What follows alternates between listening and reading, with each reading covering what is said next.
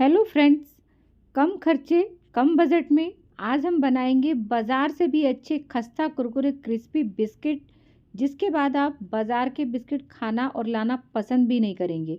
इन biscuits को आप घर में आए मेहमान के लिए, अपने लिए या बच्चों के टिफ़िन में भी दे सकते हैं। तो चलिए बनाते हैं। बिना फेल हुए इस रेसिपी को हम बनाएंगे एकदम परफेक्ट। तो इसके लिए हमें सबसे पहले यहाँ पर चाहिए आधा कप दही। तो दही हमें यहाँ पर मीठा चाहिए, तो ये घर का जमा दही है। खट्टा दही का बिल्कुल भी आप इसमें उपयोग ना करें। अगर ना हो तो आप इसके लिए आधा कप दही ताज़ी ताज़ी मार्केट से भी लाकर यूज़ कर सकते हैं। अब इस दही को हमें यहाँ पर फेंटना है।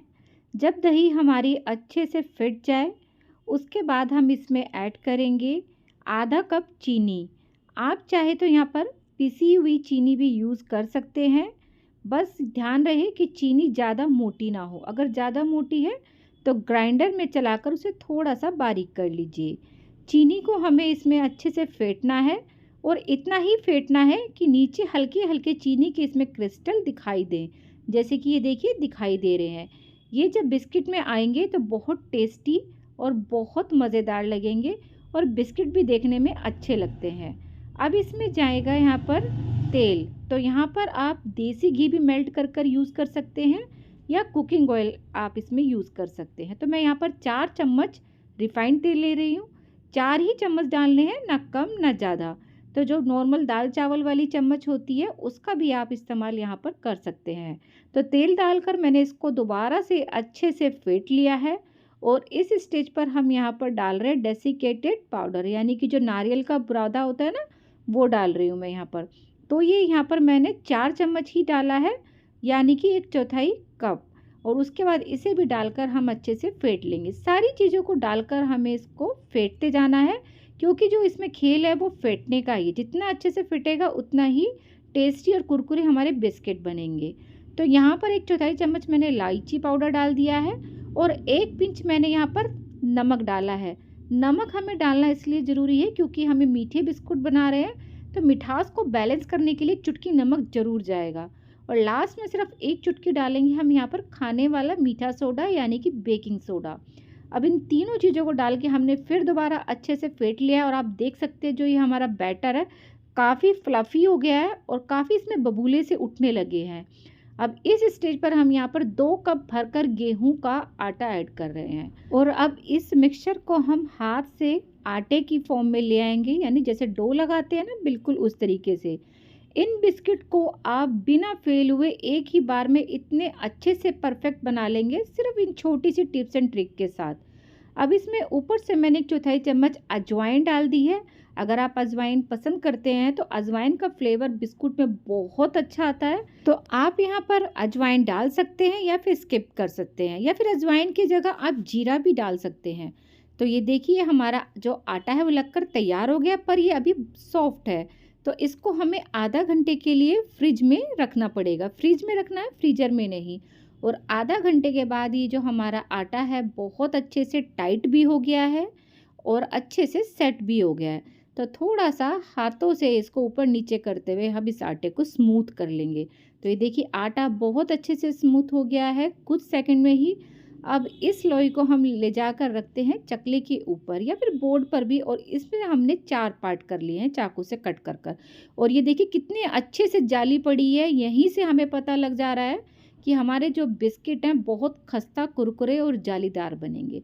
तो एक मैंने यहाँ पर आटे की लोई लेके इस तरीके से रोल कर लिया है और फिर इसको मैंने चाकू से इस तरीके से तिरछे में थोड़ा मोटा मोटा ही कट करा है, आप जैसे कि देख पा रहे हैं।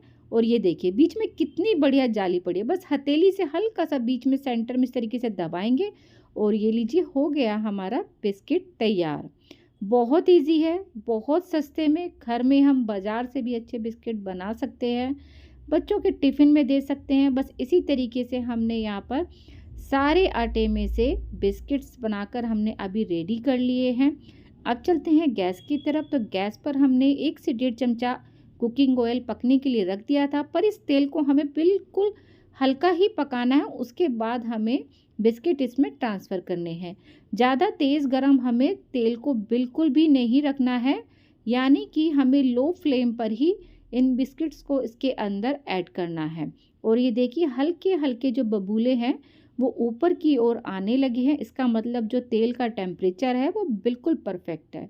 और जब ये बिस्किट इस तरीके से थोड़ा सा कलर चेंज कर ले, उसी के बाद हमें इन्हें छेड़ना है। उससे पहले हमें इनकी अल्टा पलटी बिल्कुल भी नहीं करनी है, क्योंकि तेल में डालते ही ये बहुत सॉफ्ट हो जाते हैं। और इस तरीके से जैसे ही नीचे से कलर चेंज कर ले, बादामी कलर के हो जाएं, उसके बाद हम इन्हें एक एक करके इस तरीके से यहाँ पर पलट दें।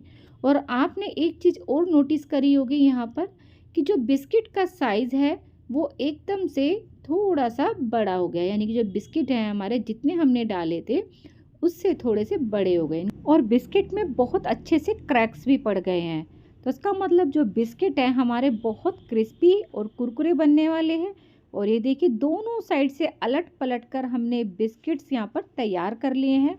और आप जैसे कि देख रहे हैं कितना उम्दा कलर इन बिस्किट्स में आया है। तो अब इन्हें हम एक इस तरीके के स्ट्रेनर में निकाल लेंगे। हमें इन बिस्किट्स को स्ट्रेनर में ही निकालना है, क्योंकि अभी ये बहुत सॉफ्ट हैं। तो इनको हम स्ट्रेनर में निकाल के एक साइड में थोड़ी देर के लिए रख देंगे, 5 से 10 मिनट के लिए। और जब ये ठंडे हो जाएंगे उसके बाद ये बहुत ज़्यादा क्रिस्पी और कुरकुरे हो जाएंगे। तो चलिए हमने इनको स्ट्रेनर में निकाल दिया है। थोड़ी से रेस्ट के बाद हमने इनको यहाँ पर प्लेट में निकाल लिया है। अब ये ठंडे भी हो चुके हैं और क्रिस्पी और कुरकुरे भी हो चुके हैं। तो मैं आपको यहाँ पर एक पीस तोड़कर भी दिखा देती हूँ। ठंडे होने के बाद ये एकदम से क्रिस्पी और कुरकुरे हो चुके हैं। तो अब आप इन्हें 10 दिन के लिए आराम से स्टोर कर रख सकते हैं। रेसिपी अगर अच्छी लगी हो तो वीडियो को लाइक, चैनल को सब्सक्राइब करें। तो मिलते हैं नई रेसिपी के साथ। Thanks for watching.